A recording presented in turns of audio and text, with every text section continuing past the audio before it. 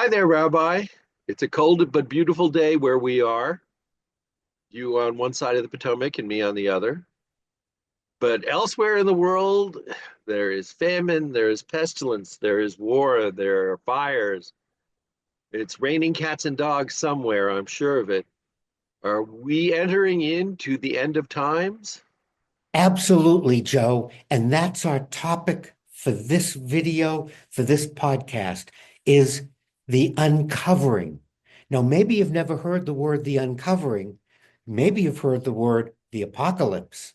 The word apocalypse means the uncovering, which means the end of days is coming, according to Judaism.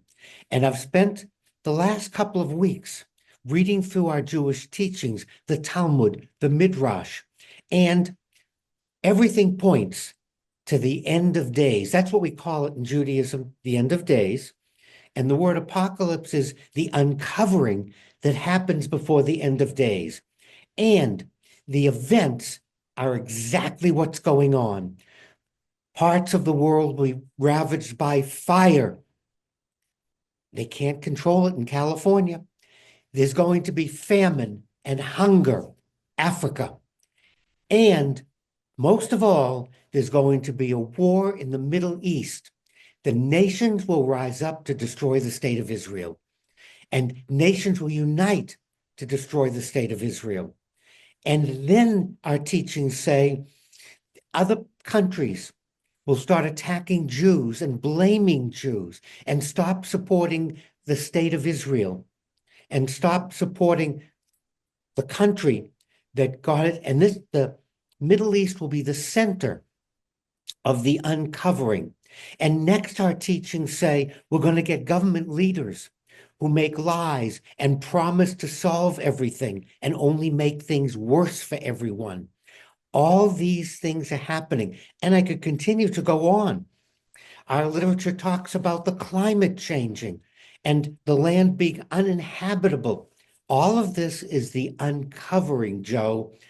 The common word is the apocalypse, leading up to the end of days.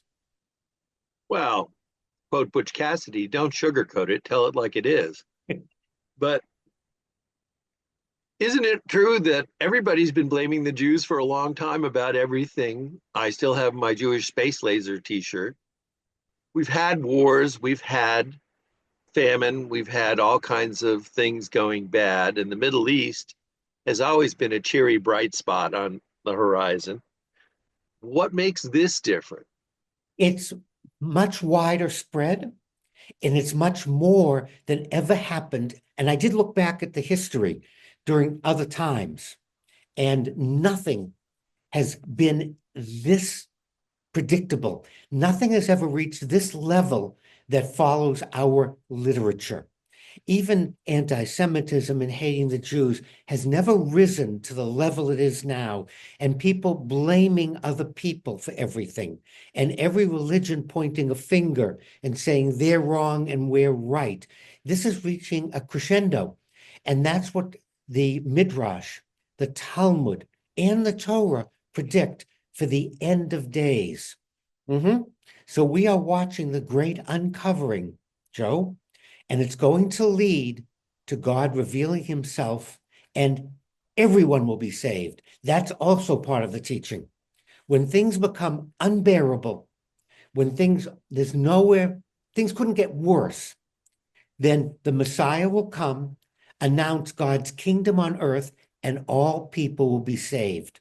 I can't stress that enough. It's not that only 36 people will get on the bus. It's not that only those that have a certain belief God's going to save. According to Jewish teaching, things will get this bad, and everyone will recognize God's strength and God's love, and then we're going to have God's kingdom on earth. So this is all part of a strategy to get everybody to be enthusiastic about following along and not wanting to stay behind. Is that what you're saying?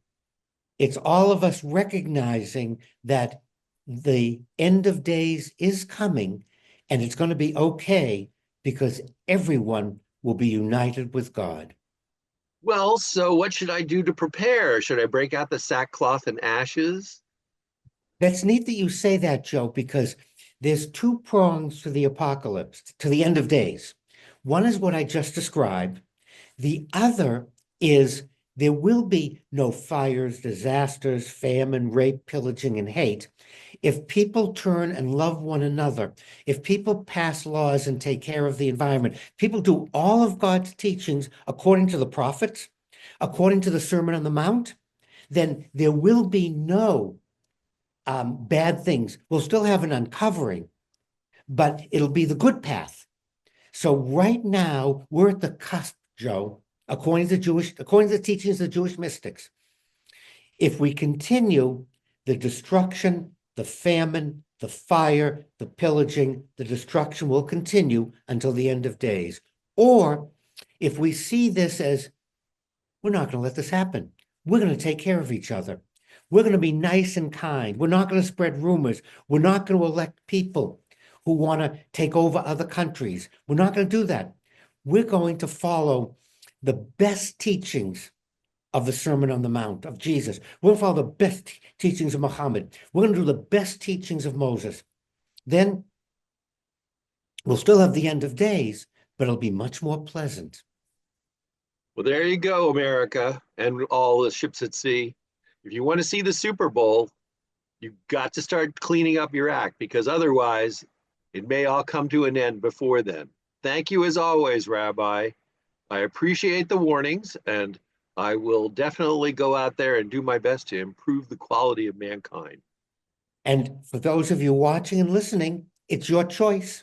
We can either have the four horsemen of the apocalypse, the death and destruction that we're watching happening, or we can have a really nice, pleasant time, and the end of days will come.